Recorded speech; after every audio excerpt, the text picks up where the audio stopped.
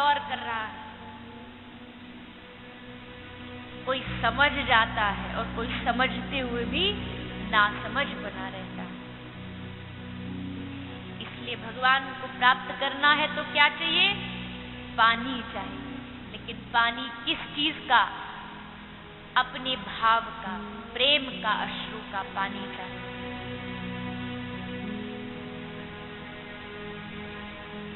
अग्नि चाहिए, प्रेमाग्नि। जल चाहिए आंखों का, और मृदा, मिट्टी चाहिए किसकी? बोले मिट्टी कोई रेड सॉइल चाहिए, ब्लैक सॉइल चाहिए, कौन सी सॉइल चाहिए? बोले वो सब मिट्टियों से यहाँ काम नहीं चलता। श्री गुरु चरण सरोज रज, एक ही रज से काम चलता है और वो है गुरु के चरण रूपी रज।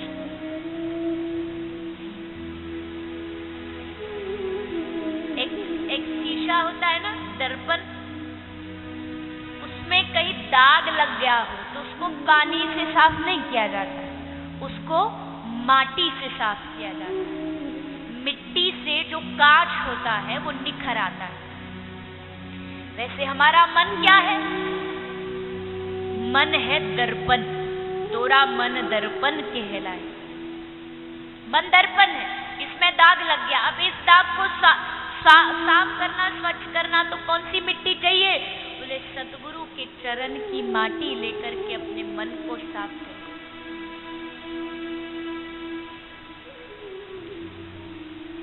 कोई गुरु पद का भूखा नहीं है, और किसी गुरु के पास पद हो ना हो, लेकिन उसकी पादुका ही उसका सब कुछ होता है शिष्य के लिए।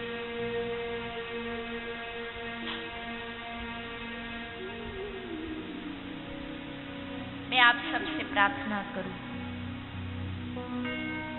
बिन भगवान गुरु नहीं मिल सकते और बिन गुरु भगवान नहीं मिल सकते। इस बात को गांठ बांध के रख लो। अपने प्रयासों से भगवान को पाया नहीं जाता जब तक किसी गुरु की कृपा ना हो। भगवान का दर्शन भी तुम्हें हो सकता है बिन गुरु के। भगवान मिल सकते हैं लेकिन भगवान की कृपा नहीं मिल सकती। आप कहोगे ऐसे कैसे हो सकता? बोले बिल्कुल, उदाहरण है, भक्तमाल पढ़िए। नामदेव जी गुरु दीक्षा से पहले उनको 56 बार भगवान के दर्शन हुए थे। 56 बार, 1-2 बार नहीं। और कलयुग की बात है, 56 बार दर्शन हुए नामदेव जी को, लेकिन भगवत कृपा नहीं मिली, गुरु नहीं मिले। कहते एक बार ज्ञानदेव जी कुछ अपने संत मंडली के साथ किसी अपने कुम्हार भक्त के घर गए। तो ज्ञानदेव जी ने एक विचार किया, कुम्हार का घर है और सब संत आ रहे हैं, तो चलो एक प्रयोग करके देखो। क्या? बोले जितने संत आ रहे हैं इनमें से देखो कि कौन सा घड़ा कच्चा है, कौन सा पक्का है। कुम्हार का घर है तो ये देखते हैं घड़ा कैसे पक्का है, कच्चा है। तो इनमें से जो आ रहे हैं इनमें से कौन कच्चा है, कौन पक्का है, ये देखो।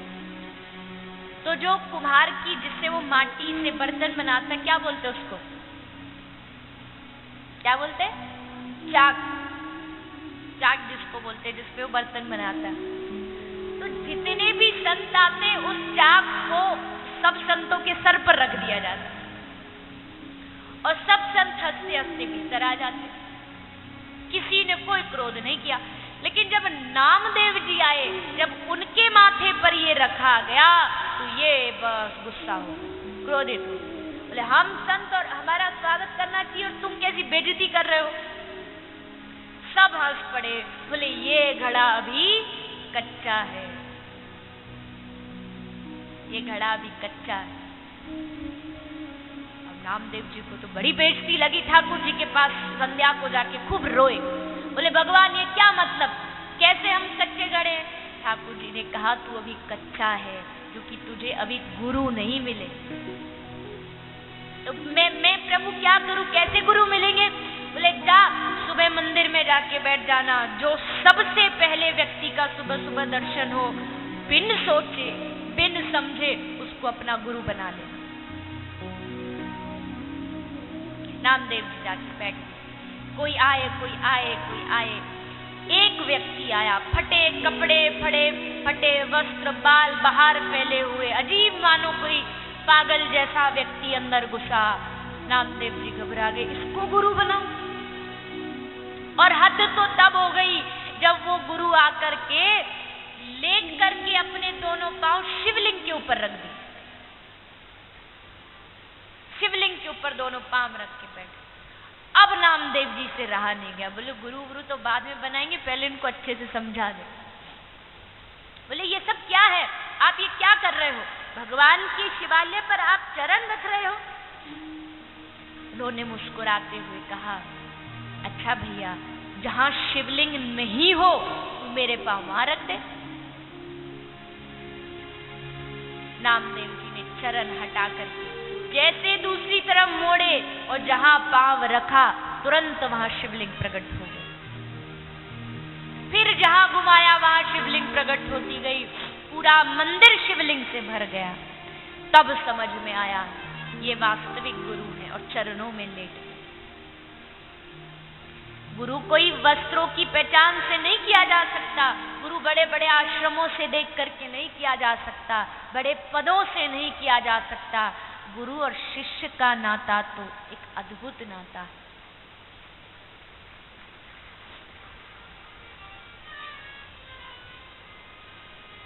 विश्वास हो।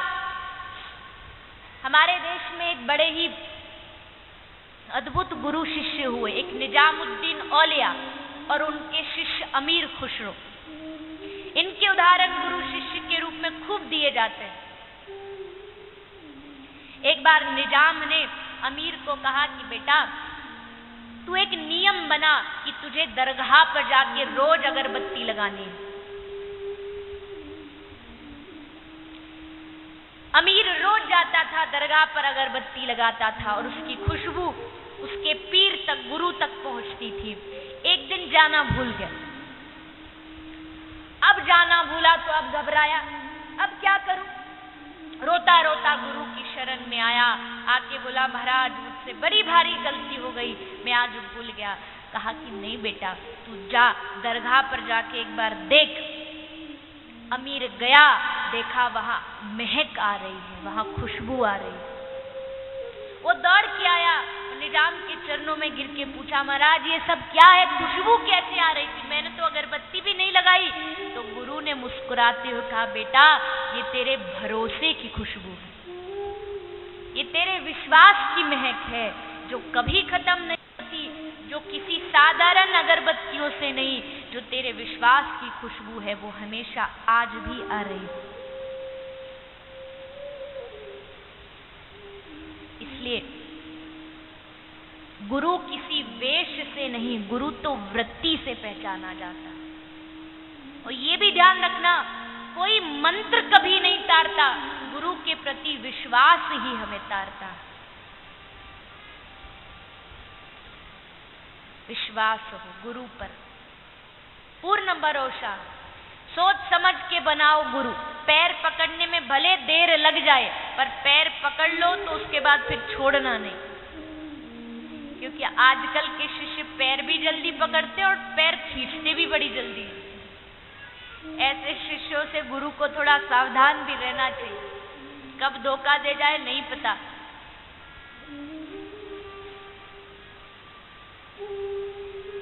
दीक्षा कोई एक क्षण का खेल नहीं, ये आजीवन समर्पण है। और ये भी ध्यान रखना, अगर कोई शिष्य गुरु मंत्र लेके उसका जाप नहीं करता तो गुरु उसको अपनी शिष्यता से बहिष्कार कर भी नहीं देता, अपने आप हो जाता।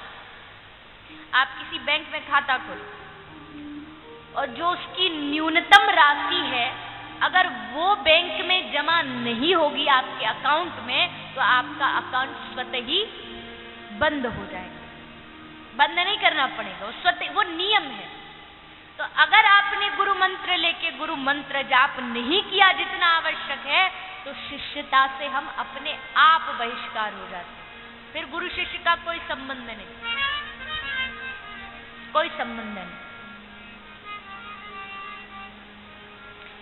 जन्मना जायते शूद्रः, शास्त्रों का वाक्य है कि इस दुनिया में हर आदमी जो जन्म लेता है वो शूद्र जन्म लेता है, हर आदमी। फिर बोले ये सब ब्राह्मण, ये सब क्या? बोले जन्म जो लेता है वो शूद्र लेता है, लेकिन ब्राह्मण वो तब बनता है जब उसकी गुरु दीक्षा हो। इसलिए एक भगवान पर विश्वास हो और एक अपने गुरु पर विश्वास हो, तब बेड़ा पार हो।